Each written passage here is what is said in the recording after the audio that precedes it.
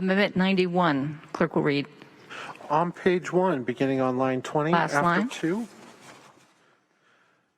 financial obligations. The good member from the 19th to move adoption of the amendment. Thank you, Madam Chair. Please move Amendment 91. It's been moved and seconded. We adopt Amendment 91. Remarks. The good member from the 19th, Representative Walsh. Thank you, Madam Speaker. In the state of Washington, felons are allowed to reclaim their voting rights when they've finished their service to the state in compensation for the crimes they've committed. Now, service to the state involves several elements. It involves incarceration, of course, but it also involves other things. And one of the other elements of that compensation are what we call legal financial obligations, LFOs.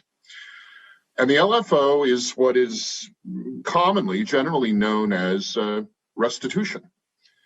It includes other things, some fines and fees related to the felon's travel through the justice system. But the key part, Madam Speaker, is the restitution. And what this amendment does is it makes clear that a felon who is regaining his or her voting rights needs to have accepted responsibility for the LFOs that he or she has been assigned, and has either paid them off or is well on track to pay them off and stays on track to pay them off as part of regaining their right to vote in our elections. I think it's important, Madam Speaker, that these LFOs are taken seriously. Repaying LFOs are a critical part of a person's journey back into mainstream society.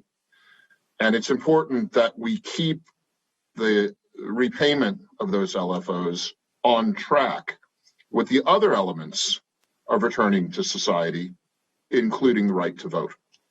It's an important amendment, Madam Speaker, and I'm asking for a yes vote on Amendment 91.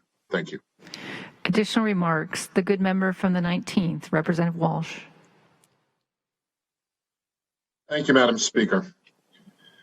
I think first we need to be clear on a few things. It has long been the tradition and the law in the state that a person convicted of a felony who's incarcerated and completes his or her service can regain the right to vote.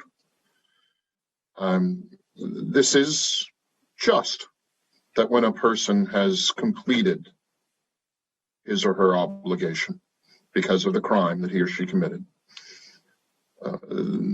that they can re-enter society completely. It's not just voting rights, Madam Speaker. As you know, a person who's been convicted of a felony can regain the right to own a firearm if they go through the process of reestablishing that right. And so our state, by tradition and by law, has sought justice here. And all of us believe in the ultimate redemption that is part of human nature, and that we are not the ultimate judges. But we are, Madam Speaker, charged with setting public policy. And the public policy that we have that requires the convicted felon to complete not just a term of incarceration, but other elements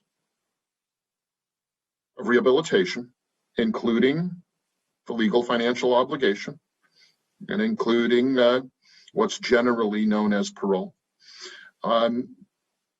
They can regain their full standing as a citizen of the state.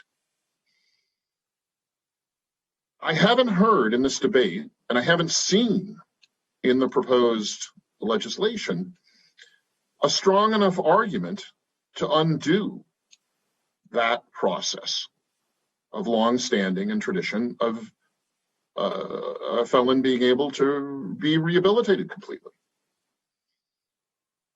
As we've heard in the debate, there are elements of this proposed legislation that are not well constructed.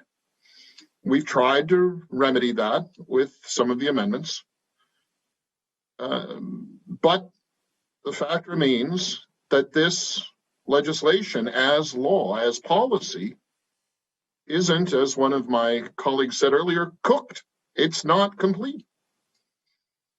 And I will leave you, Madam Speaker, with probably the most important part of the discussion that we've heard these last few minutes here.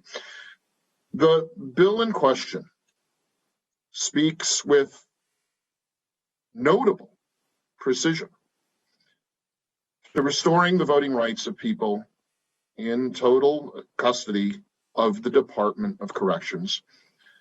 And as the good woman from the 26th has pointed out several times, there's at least one flagrant example wherein that narrow title would not apply to felons who are in custody in the special containment facility center on McNeil Island.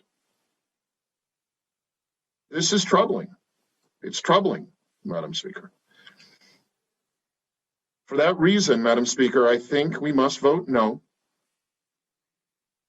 and look for another bill, another policy that will allow us to realize and improve the road to redemption that we hope all felons ultimately travel.